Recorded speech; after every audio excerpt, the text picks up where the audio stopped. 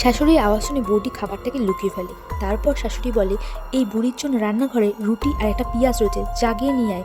তারপর বউটি চুপি চুপি যায় আর রান্নাঘরের রুটির ভেতরে সেই তার খাবারটাকে লুকিয়ে সে দাদিটির কাছে এসে দাদিটিকে লুকিয়ে বলে, এই যে তোমার খাবার, এই নাও, চুপি চুপি খেয়ে নেবে, কেউ যেন না দেখতে পায়।